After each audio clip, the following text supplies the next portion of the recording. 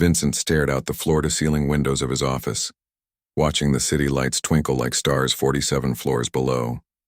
The view was worth millions, people always told him. But tonight, like most nights, all he saw was his own reflection staring back at him. The clock on his mahogany desk showed 9:30 p.m. Another late night at the office. Another dinner eaten alone while scrolling through emails and quarterly reports. At 52 years old, Vincent had everything most people dreamed of. His tech company was worth more money than he could spend in 10 lifetimes. His name appeared on magazine covers. Business leaders called him a genius. Yet here he was, sitting in his empty office, feeling like the loneliest man in the world. His phone buzzed with a text from his assistant. "Sir, I've ordered your usual from Antonio's. Should arrive in 20 minutes. Vincent typed back a quick thank you, though he wondered why he bothered eating such expensive food when it all tasted the same to him these days. He walked over to the wall of awards and photos that decorated his office. Pictures of him shaking hands with politicians and celebrities. Awards for Business Leader of the Year and Tech Innovator. A framed magazine cover calling him the man who changed everything. But there was one photo that always caught his eye. Tucked in the corner was an old picture of him with his ex-wife and their 2 kids at a beach vacation 15 years ago. Everyone was laughing, covered in sand, looking genuinely happy. Vincent remembered that day clearly. They had built sandcastles and eaten ice cream that dripped down their chins. His daughter had fallen asleep on his lap during the car ride home. When was the last time he had laughed like that? His marriage had ended 5 years ago, not because of fighting or drama, but because they had simply grown apart. Success had consumed him, and somewhere along the way he forgot how to be a husband and father. His ex-wife had tried to save their relationship, but Vincent was always traveling, always in meetings, always chasing the next big deal. Now his kids were adults with their own lives. His son lived across the country, working as a teacher and rarely called. His daughter was finishing medical school and sent polite text messages on holidays. They didn't hate him, but they didn't really know him either. How could they? He had spent their childhood in boardrooms instead of at their soccer games and school plays. The irony wasn't lost on him. He had built an empire connecting people through technology, yet he couldn't connect with his own family. A knock on his door interrupted his thoughts. "Come in," he called, straightening his tie and putting on his business face. It was David, his head of operations, carrying a stack of papers. "Sorry to bother you so late, Vincent. Just need your signature on these contracts before tomorrow's board meeting." Vincent signed the papers without really reading them. He trusted David completely. The man had been with the company for 8 years and was one of the few people Vincent considered a friend. Well, as close to a friend as someone could be when you were their boss. "You heading home soon?" David asked, gathering the signed documents. "In a bit," Vincent lied. He had no reason to rush home to his empty penthouse apartment. "You know, my wife is making her famous lasagna this weekend. You should come over. The kids would love to see their Uncle Vincent again." Vincent smiled at the invitation, but he could see the pity in David's eyes. Everyone knew he spent most weekends alone. "Thanks, but I've got some work to catch up on." David nodded, but his expression showed concern. "Vincent, when's the last time you took a real vacation? Not a business trip, but an actual break?"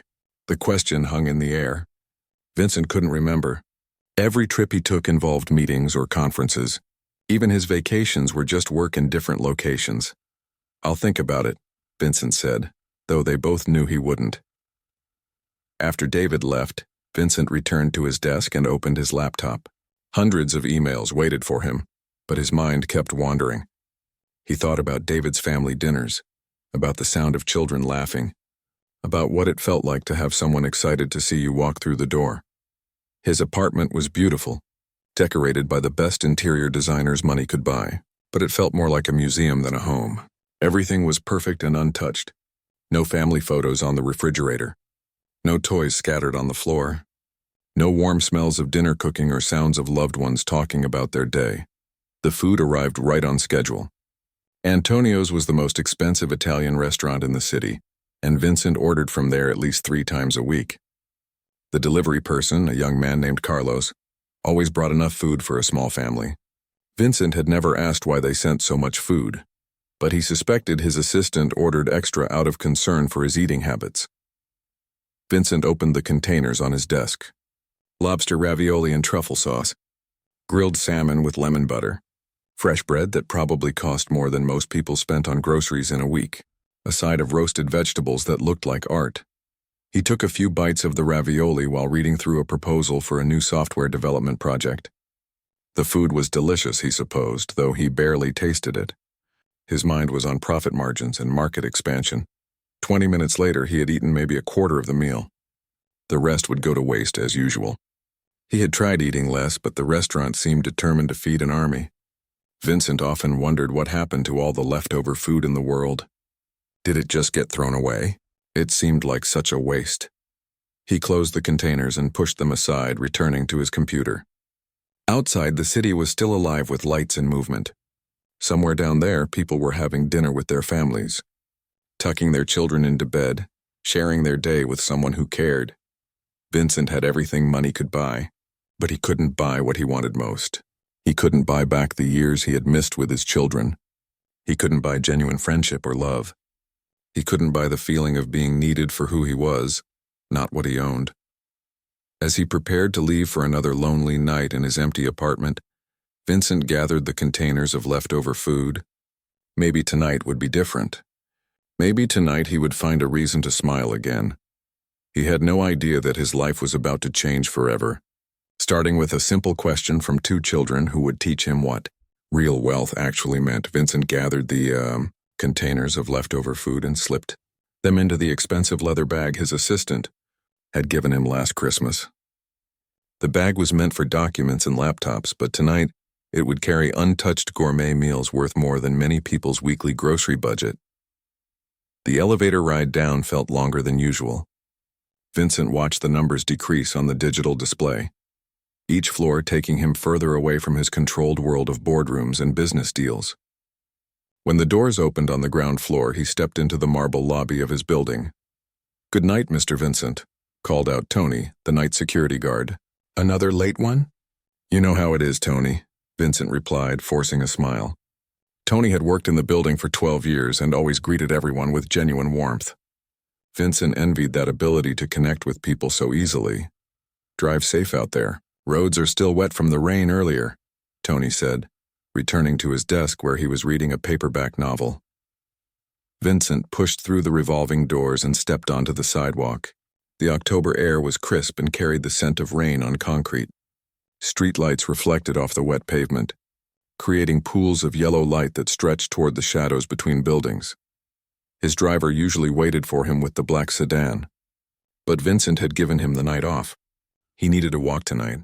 Something about sitting in the back of a car, separated from the world by tinted windows, felt wrong. Maybe it was the conversation with David about taking a break, or maybe it was the weight of another evening spent alone with his thoughts. Vincent started walking toward the parking garage where he kept his personal car. The financial district looked different at night. During the day, it buzzed with energy as thousands of people in expensive suits hurried between meetings. Now it was quieter, more peaceful. A few restaurants were still open, their warm light spilling onto the sidewalks where couples shared late dinners. He took a longer route than necessary, wanting to delay his return to the empty apartment. The leather bag containing the food containers bumped against his leg with each step. As he walked, Vincent wondered about all the waste in his life. Not just leftover food, but wasted time, wasted opportunities to connect with people, wasted years focusing on numbers instead of relationships. His phone buzzed with notifications, emails that could wait until morning, news alerts about stock markets in different time zones, social media mentions of his company. Vincent ignored them all. For once, the outside world could wait. The path to his car led him through a part of downtown he rarely visited. Here the buildings were older and shorter. Small shops selling used books and vintage clothes sat next to coffee shops with mismatched furniture.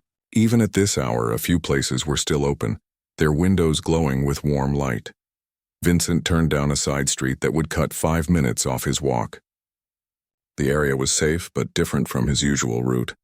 Instead of glass towers and marble facades, he saw brick buildings with fire escapes and small community gardens squeezed between structures.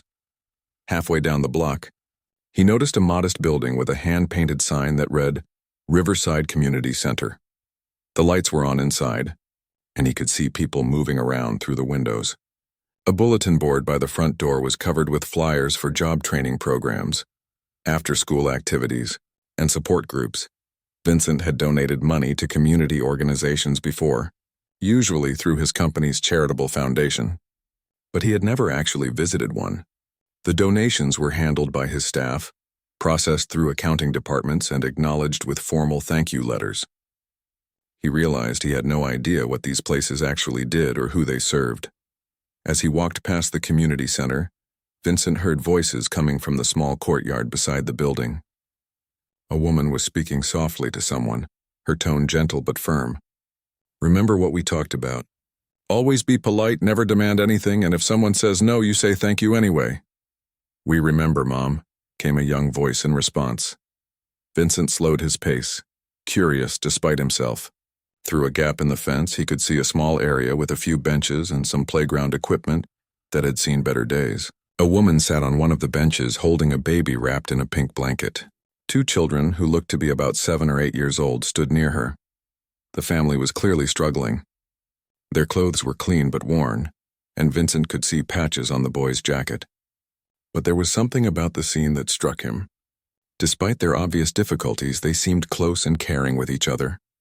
The woman spoke to the children with patience and love, and they listened respectfully. Vincent continued walking, but something made him slow down even more.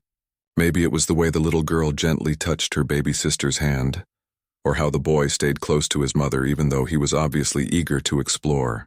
This was what a real family looked like, he realized.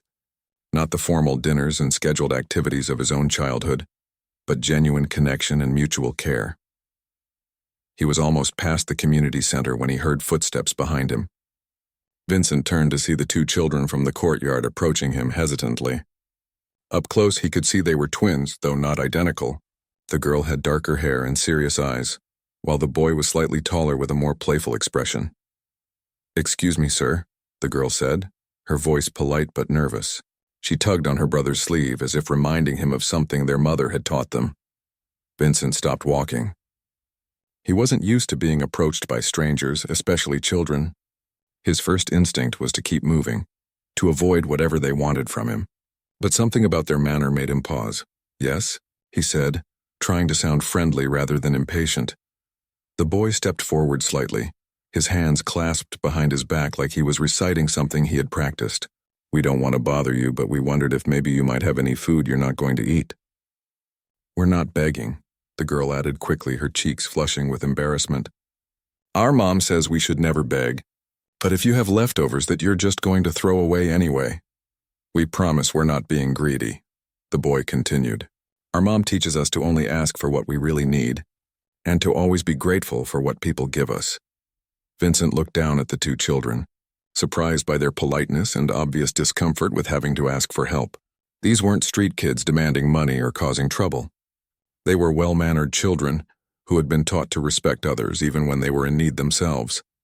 The leather bag containing the untouched containers from Antonio's suddenly felt heavier. Vincent had been planning to throw the food away when he got home, just like he did most nights. Here were two children, asking politely for what he was going to waste anyway. "What kind of food are you looking for?" Vincent heard himself asking. The children exchanged glances as if they hadn't expected the conversation to go this far. "Anything is fine," the girl said softly. "We're not picky. Our mom says we should be thankful for whatever people are willing to share." Vincent realized this moment was about to change something fundamental in his carefully ordered world. He just didn't know what yet. Vincent looked down at the two children, really seeing them for the first time. Under the streetlight, he could make out their faces more clearly. The boy had gentle brown eyes and a gap-toothed smile that he tried to hide behind his hand. The girl stood slightly in front of her brother as if protecting him, though they were obviously the same age. "Well," Vincent said, shifting the leather bag to his other hand, "I happen to have some food that I'm not going to finish." He paused, studying their faces. "But first, shouldn't you check with your mother before accepting anything from a stranger?" The girl's eyes widened with surprise, and she looked back toward the community center. "Oh, yes, sir. Mom always says we have to ask her first. We saw you walking by and thought maybe—" She trailed off, suddenly looking uncertain. "It's okay," Vincent said gently. Why don't we go ask her together? The children exchanged glances again, this time with excitement mixed with nervousness. They led Vincent back toward the small courtyard, their steps quick but careful on the wet pavement. As they approached the bench where their mother sat, Vincent got his first clear look at her. She was younger than he had expected, probably in her early 30s with tired eyes but a warm smile. Her clothes were simple but clean, and she held the baby with the practiced ease of an experienced mother. When she saw Vincent approaching with her children, she stood up immediately, her expression cautious but polite.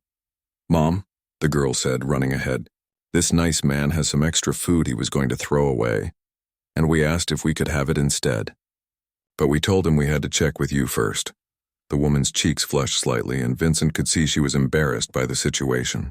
"I'm sorry if they bothered you, sir. I've taught them to be polite, but I know it can be uncomfortable when children approach strangers." "They weren't bothering me at all," Vincent said quickly. "Actually, I was impressed by how polite they were. You've clearly raised them well." The woman smiled, and for the first time some of the tension left her face. "Thank you. That means a lot." She extended her hand. "I'm Rose, and these are my twins, Alex and Lily, and this little one is baby Sophie." Vincent shook her hand, noting how thin it was, though her grip was firm. "I'm Vincent. It's nice to meet you all."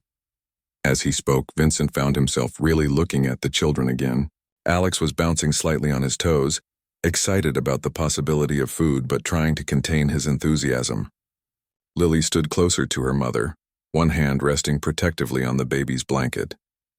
Then Lily looked up at him directly, and Vincent felt something shift inside his chest. Her eyes were the most striking shade of green he had ever seen, bright and hopeful, despite the obvious challenges her family was facing. But it wasn't just the color that stopped him. It was the expression in those eyes, a mixture of hope, gratitude, and innocent trust that reminded him of something he had almost forgotten. Suddenly, Vincent was transported back 15 years. He was standing in his daughter's bedroom, and she was 8 years old, looking up at him with those same green eyes, asking if he could read her a bedtime story. He had been on an important phone call that night, something about a merger that seemed crucial at the time. He had told her maybe later, maybe tomorrow, that Daddy had important work to finish. Tomorrow had never come. There had always been another meeting, another deal, another phone call that seemed more important than bedtime stories. Vincent blinked, returning to the present moment. Lily was still looking at him with those trusting green eyes, waiting to see what he would decide. The similarity to his daughter was so strong it took his breath away. Not just the eye color, but the hopefulness, the way she looked at him like he might be someone who could make things better. "Are you okay, sir?" Alex asked, noticing that Vincent had gone quiet. "Yes," Vincent said, his voice slightly rough. "Yes, I'm fine." He cleared his throat and opened his leather bag. "Let me show you what I have here." He pulled out the containers from Antonio's, setting them carefully on the bench beside Rose. The family gathered around as he opened each one, revealing the untouched gourmet meal. "Oh my," Rose whispered, staring at the food. "This looks like it came from a very expensive restaurant." "It did," Vincent admitted, "but I barely touched any of it. It would just go to waste otherwise." Alex's eyes grew wide as he saw the lobster ravioli. "Is that really lobster? I've never had lobster before." "Alex," his mother said gently, "remember your manners." "Sorry," the boy said quickly. "I just meant it looks really fancy." Lily was studying the containers with serious concentration. "There's enough food here for our whole family for 2 days," she said quietly to her mother. Vincent watched the family's reaction to the food and felt something he hadn't experienced in years. Their gratitude was so genuine, so pure, that it made his chest tight with emotion. When was the last time anyone had looked at something he provided with such honest appreciation? "Please take all of it," Vincent said. "I have more food at home than I see." "Whatever, eat." Rose looked up at him with tears gathering in her eyes. "Sir, this is incredibly generous, but we can't just take such expensive food from you. It doesn't feel right." "Actually," Vincent said, surprising himself with what he was about to suggest, "I was wondering if maybe I could sit with you for a few minutes while you eat. I was on my way home to an empty apartment and I realized I haven't had a real conversation with anyone all day." The honesty in his voice seemed to touch something in Rose's expression. She studied his face for a moment, as if trying to understand why a well-dressed businessman would want to spend time with a struggling family in a community center courtyard. "Of course," she said finally. "We'd be honored to have your company." As they settled onto the benches, with Rose opening the containers and the children gathering around, Vincent found himself really looking at this family. Despite their obvious challenges, there was something beautiful about the way they interacted with each other. The twins helped their mother with the baby, sharing glances and small gestures that spoke of deep affection and care. Lily carefully took a small portion of food, then immediately offered some to her brother. Alex did the same, making sure everyone had enough before taking more for himself. Even in their hunger, they thought of each other first. "This is the most delicious thing I've ever tasted," Lily said after her first bite of the ravioli, her green eyes sparkling with joy. Vincent watched her face light up with simple pleasure, and he felt something crack open inside his heart. When was the last time he had felt joy over something as basic as a good meal? When had he stopped noticing the taste of his food, the warmth of human company, the simple pleasure of making someone else happy? "Can I ask you something?" Vincent said to Rose as the children ate. "Of course. How do you do it? How do you stay so positive when things are clearly difficult?" Rose was quiet for a moment, gently rocking baby Sophie. "I guess I learned that focusing on what we don't have just makes us miserable. But focusing on what we do have, each other, our health, the kindness of people like you, that makes even the hard days bearable." Vincent nodded, understanding something fundamental about happiness that all his success had somehow taught him to forget. As he sat in that small courtyard, watching two children eat his leftover dinner with more joy than he had felt in years, Vincent realized his life was about to change in ways he couldn't yet imagine. As the family shared the gourmet meal, Vincent found himself relaxing in a way he hadn't experienced in years. The conversation flowed naturally, without the calculated politeness of business dinners or the awkward silences that had marked his recent interactions with his own children. Alex was telling a story about something funny that happened at school, using his hands to act out different parts. His enthusiasm was infectious, and even baby Sophie seemed to be listening, her big eyes following her brother's animated gestures. Lily added details to the story, the twins finishing each other's sentences in the way that only siblings can do. And then Mrs. Peterson's wig fell right off when she bent over to pick up the papers, Alex concluded, dissolving into giggles. "Alex," Rose said gently, though she was smiling too, "we shouldn't laugh at Mrs. Peterson, remember? She's very sensitive about her hair." "I know, Mom," Alex said, trying to look serious. "But it was really funny. And she laughed too after she put it back on." Vincent chuckled, surprising himself. When was the last time he had laughed at a simple, innocent story? In his world, humor usually came in the form of sharp wit or sarcasm, not the pure joy of children finding delight in everyday moments. "What grade are you two in?" Vincent asked. "Second grade," Lily answered. "We're in the same class, but Alex sits in the front because he talks too much." "I do not," Alex protested. "I just like to share my ideas." "That's a good quality," Vincent said. "People who share ideas often change the world." Alex beamed at this, and Vincent felt a warmth in his chest that he hadn't felt in a long time. He realized he couldn't remember the last time he had encouraged a child, the last time he had seen that look of pride and possibility in young eyes. "Do you like school?" Vincent asked Lily. "I love it," she said immediately, "especially reading and math. I want to be a teacher someday, just like Mom used to be." Vincent turned to Rose with interest. "You're a teacher?" Rose's expression grew slightly sad. "I was. I taught third grade for 6 years before the twins were born. I loved it more than anything." She adjusted baby Sophie in her arms. "I've been trying to get back into teaching, but it's complicated." "How so?" Vincent asked gently. Rose was quiet for a moment, clearly deciding how much to share. "My husband died in a construction accident 7 months ago," she said finally. "It happened so suddenly. One day he was fine, talking about plans for the weekend, and the next day he was gone." Vincent felt his heart clench. "I'm so sorry for your loss." "Thank you," Rose said, her voice steady but soft. "He was a good man. He worked 2 jobs to support us so I could stay home with the baby. We had plans for me to go back to teaching when Sophie got a little older, but then..." She trailed off, stroking her daughter's hair. "After he died, we lost our apartment," Lily said quietly. "The rent was too expensive for just Mom." "Lily," Rose said gently. You don't need to. It's okay, Mom, Alex interrupted. Mr. Vincent seems nice.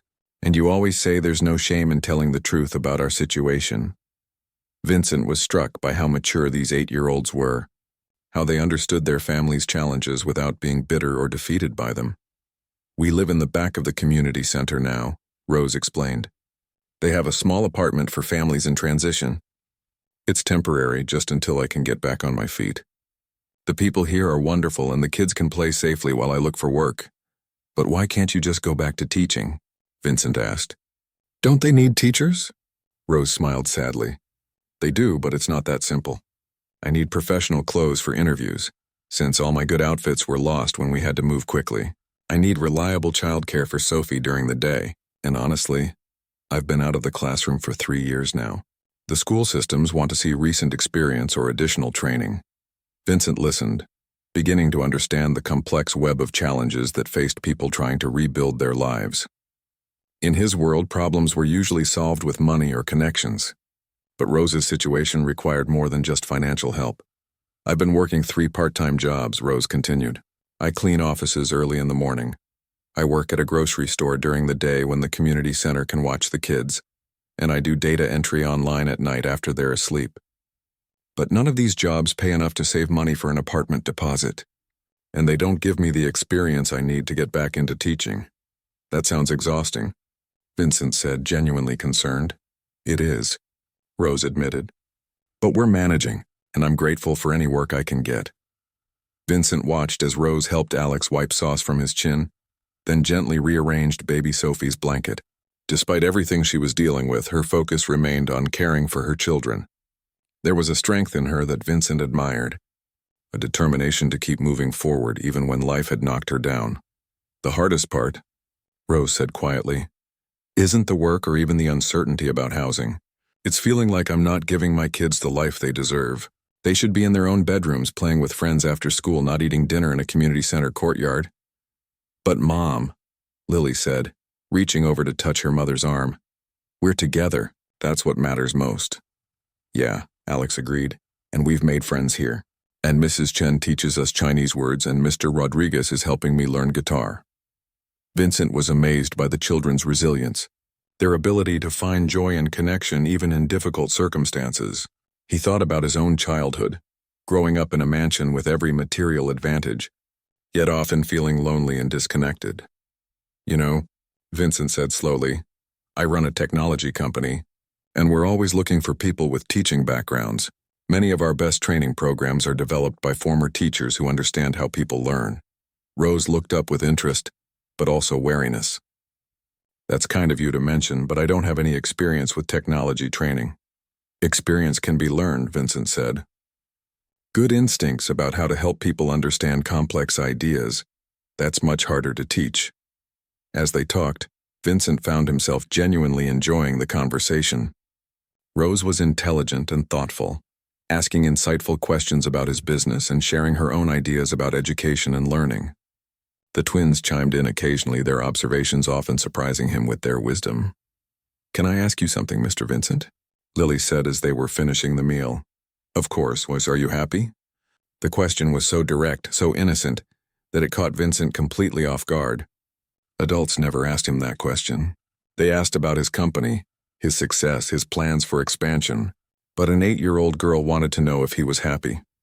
Vincent looked into those bright green eyes and realized he couldn't lie to her. I'm successful, he said carefully. I have everything most people think would make someone happy. But that's not what I asked, Lily said gently. Vincent was quiet for a long moment. No, he said finally. I don't think I am happy. I think I forgot how to be happy somewhere along the way. Maybe you just need to remember what makes you feel good inside, Alex suggested, like when we help Mom with the baby or when we make new friends.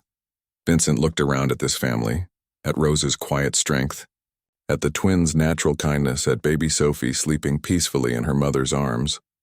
They had lost everything material, yet they seemed to understand something about life that all his success had never taught him. Maybe you're right, Vincent said softly. Maybe I do need to remember. Vincent walked into his office the next morning feeling different than he had in years. The conversation with Rose and her children had kept him awake most of the night, not because it bothered him, but because it had awakened something inside him that he thought was gone forever. He sat at his desk and stared at the photo of his own family from that beach vacation 15 years ago. For the first time in years, instead of feeling sadness when he looked at it, he felt hope. Maybe it wasn't too late to rebuild those connections. Maybe he could still be the father his children deserved. Vincent picked up his phone and called his assistant. "Clear my schedule for this afternoon. I need to visit the Riverside Community Center downtown." "Sir?" His assistant sounded confused. "I don't see any meetings scheduled there." "It's not a meeting," Vincent said. "It's research." 3 hours later, Vincent found himself sitting across from Mrs. Patterson, the director of the community center. She was a woman in her 60s with kind eyes and hands that showed years of hard work. "We serve about 200 families," she explained, showing Vincent around the facility. "Most are going through temporary hardships, job loss, medical emergencies, housing transitions. We provide shelter, meals, job training, and childcare while people get back on their feet." Vincent was impressed by what he saw.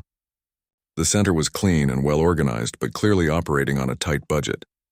In the childcare room, he watched volunteers reading to children while their parents attended job interviews or training sessions. "What's your biggest challenge?" Vincent asked. Mrs. Patterson didn't hesitate. "Helping people transition back to stable employment. Many of our parents are skilled workers or professionals who just need a bridge to get back into their careers. But they face barriers like lack of professional clothing, gaps in their resumes, or needing new skills for a changing job market." "What if," Vincent said slowly, "someone wanted to fund a program specifically designed to help parents get back into their professional careers?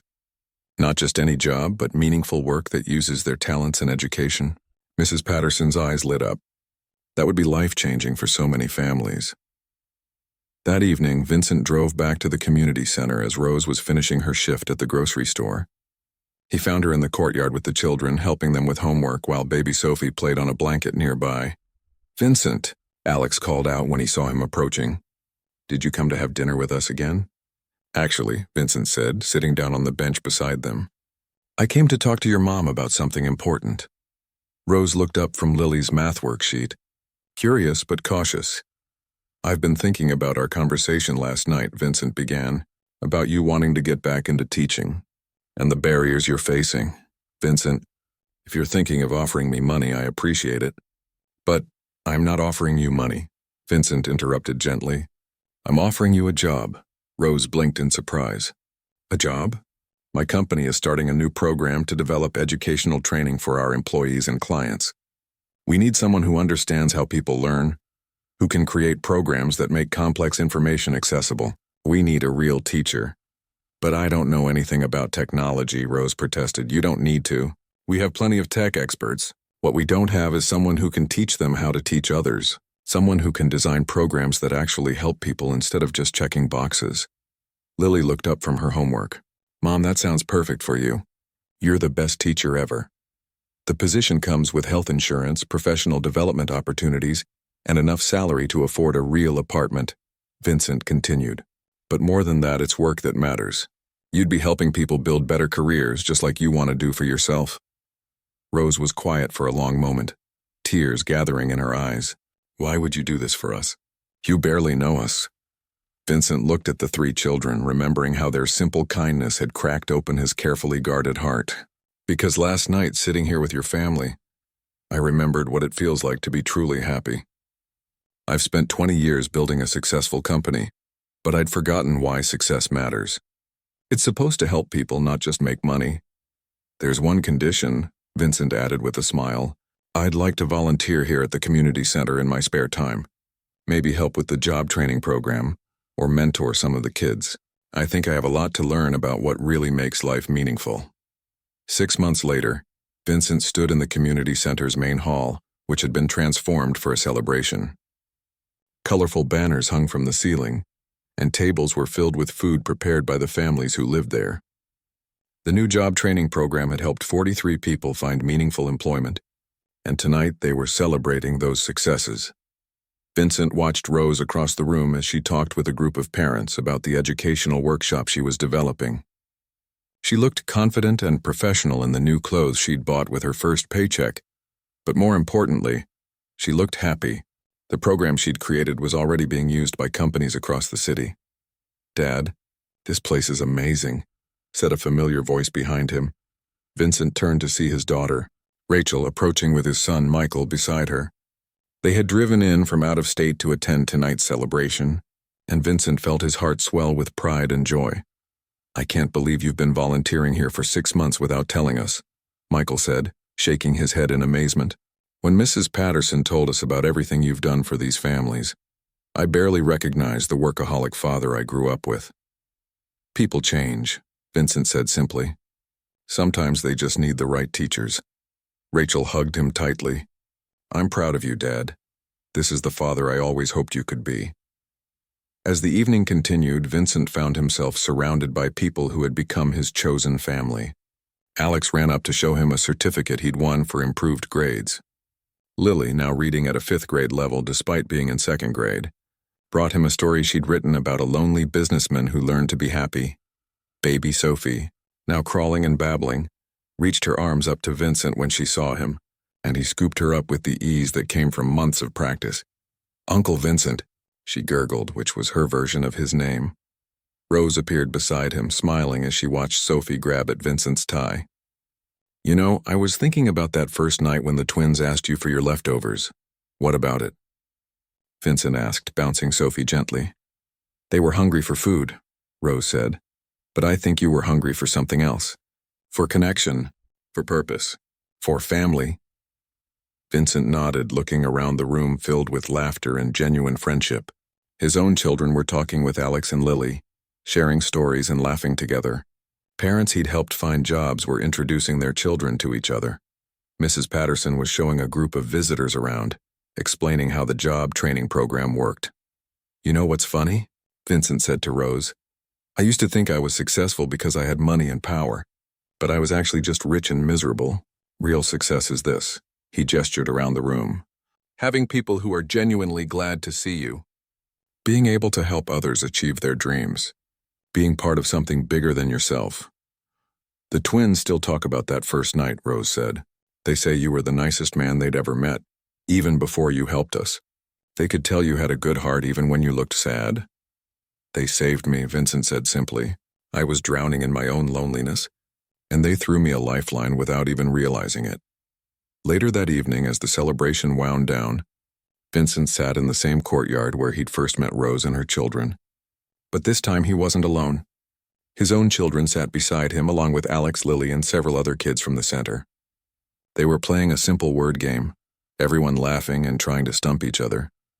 Vincent's phone buzzed with work emails, but for the first time in his adult life, he ignored them completely. Whatever was in those messages could wait until tomorrow.